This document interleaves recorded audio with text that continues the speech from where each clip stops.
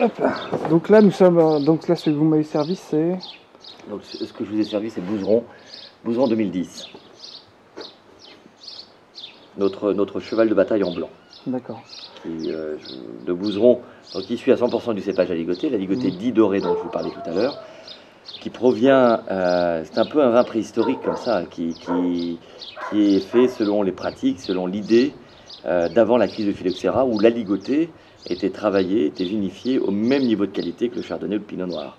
Et donc, en Bourgogne, on travaillait avec tous les cépages étaient complantés les uns avec les autres, un peu comme la théorie de Jean-Michel Daille, vous savez, en Allemagne, en Alsace, avec la théorie de la complantation. Théorie et pratique qui a été abandonnée en Bourgogne avec la crise de phylloxéra, où il y a la méthode du palissage qui est intervenue, un monocépage, donc un cépage par parcelle, par lieu-dit, par climat, et c'est comme ça que malheureusement l'aligoté petit à petit a été reléguée en bas de coteau sur des sols plutôt riches, plutôt profonds, plutôt argileux que calcaire, et absolument pas propice à la production de raisins de qualité, de toutes les manières. Et donc a perdu de sa superbe et finalement a été sauvé un petit peu dans la quantité, dans l'idée de quantité, par le chanoine Kir, qui a créé le cocktail Kir dans les années 30, je crois, dans les années 30 pour sauver l'industrie de la ligotée et de la crème de cassis. Il en a créé un cocktail. Mais tout le monde a cette idée d'un aligoté acide, vert, une acidité agressive et peu avenant, et souvent on est obligé de rajouter quelque chose dedans pour atténuer cette acidité.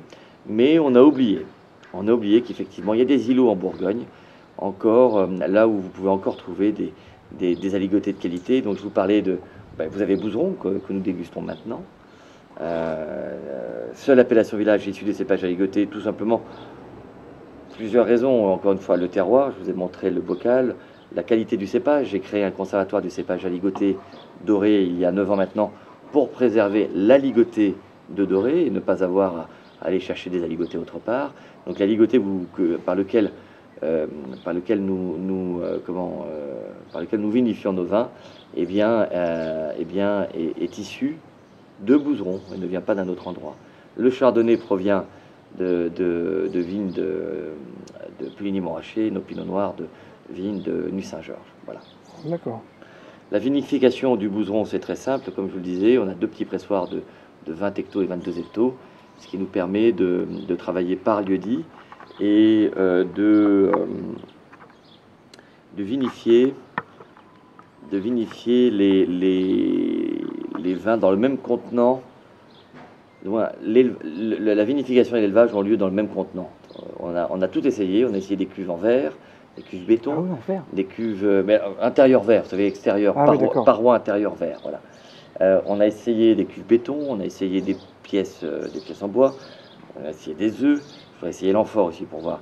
Mais on s'est rendu compte, mon oncle d'abord et puis moi ensuite, je confirme, que ce sont les foudres qui vont le mieux en termes de densité de vin par rapport au volume de vin. Densité de bois, pardon, par rapport au volume de vin. On a un échange qui est certainement plus intéressant.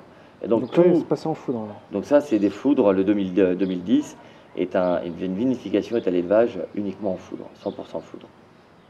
Des foudres pour les Bouzeron qui ont entre 15 et 20 ans. D'accord. Un peu comme les Alsaciens alors, hein. C'est un peu... Un petit peu comme les Alsaciens, un peu comme les Cognaquais aussi, mais en termes d'alcool. Et on a des liens entre les deux, puisque un Bouzeron qui vieillit bien est un Bouzeron qui prend des notes un peu de vieux Riesling, comme ça.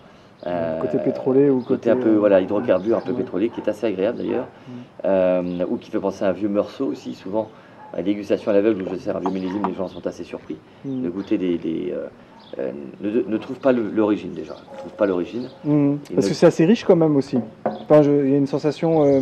C'est normalement riche. Il y a une sensation de richesse et puis il y a une fraîcheur ou une acidité quoi qui arrive, qui tient le vin quoi, non? C'est normal pour un Bouzeron.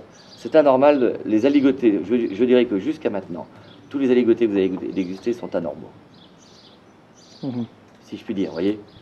Le Bouzeron et l'aligoté normale de Bourgogne. Alors je vous joue François Hollande là. Président normal, le vin est normal.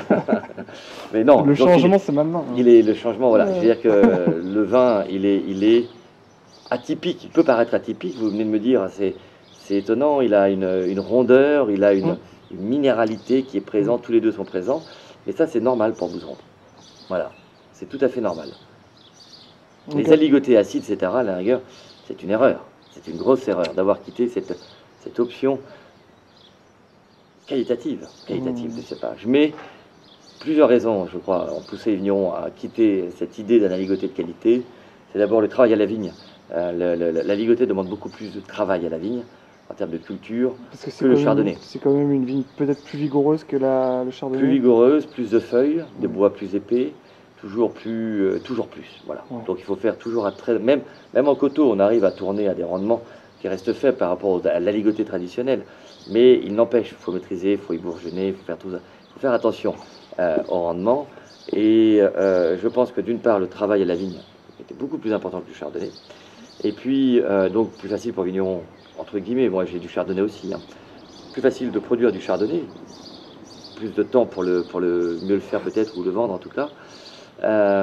Ensuite, l'aligoté comme le chenin, comme le sauvignon, font partie des cépages dits aromatiques. Ils sont naturellement aromatiques. C'est dans leur essence, ils ont des arômes, vous voyez. Et ça veut dire que quand vous goûtez un Bouzeron 2010 tel que vous venez de le faire, vous goûtez, je pense, tout d'abord et avant tout, la qualité du cépage. Les arômes, les arômes primaires, donc les arômes du cépage, à ligoter maintenant, et d'où l'importance du conservatoire.